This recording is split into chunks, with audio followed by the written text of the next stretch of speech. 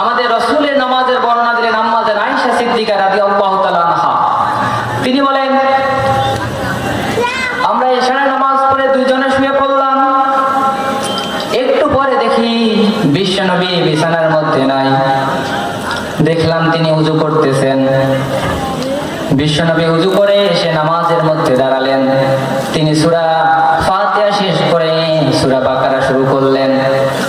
আমি তেলাওয়াত শুনতে লাগলাম। তেলাওয়াত শুনতে শুনতে আবার আমি ঘুমিয়ে গেলাম। কিন্তু বিশ্বনবী তবুও তিনি রুকুতে গেলেন না, সিজদাতে গেলেন না।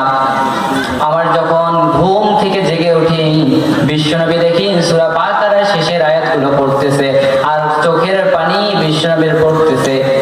বিশ্বনবী সূরা বাকারার শেষ আয়াত যখন পড়তেছে আর বিশ্বনবী বলতেছেন, আল্লাহুম্মা হাসিবনি হিসাবান ইয়াসীরা, ও আল্লাহ আপনি আমার হিসাবটাকে সহজ করে দিয়েন।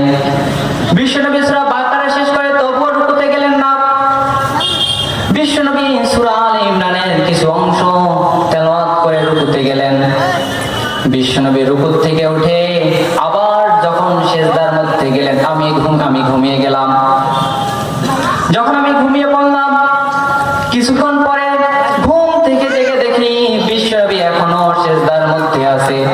আমি মনে করলাম রাসূল হয়তোবা দুনিয়ার জিন্দেগি থেকে চলে গিয়েছেন। আমি এটা বোঝার জন্য বিশ্বনবীর পায়ের মধ্যে চিমটি কাটলাম, দেখলাম একটু নড়চড় পেলাম। তখন আমি মনে করলাম রাসূল এখনো দুনিয়ার জিন্দেগিতে বেঁচে আছে। যখন এভাবে 2 রাকাতের মধ্যে বিশ্বনবী 6.5 পারা কোরআন পাঠ করলেন।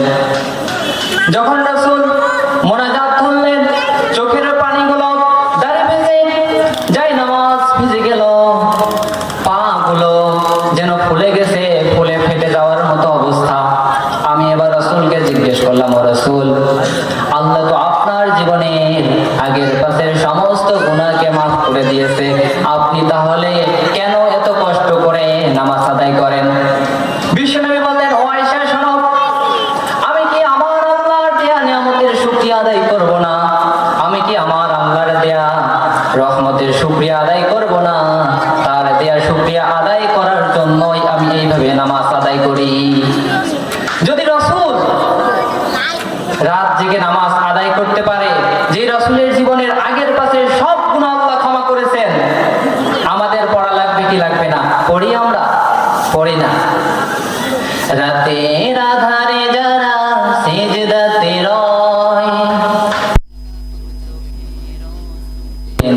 কেন বয়? রাতের আধারে যারা সিজদাতে রয়, দু চোখের স্রোতে নদী যেন বয়। সলোনার হাসানি যতই ডাকো, সলোনার হাসানি যতই ডাকো, পিছনে ফিরেও সে তাকায় না, যাদের হৃদয় আছে আল্লাহর ভয়।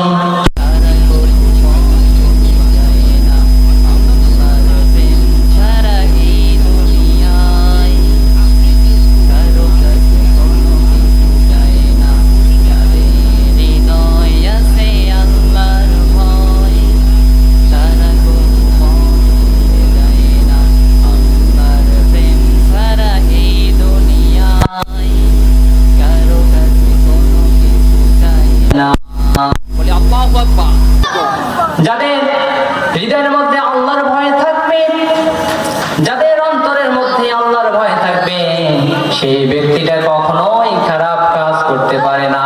সেই ব্যক্তিটা রাতের গভীরে তার রবের সাথে সেই ব্যক্তি সম্পর্ক রাখে।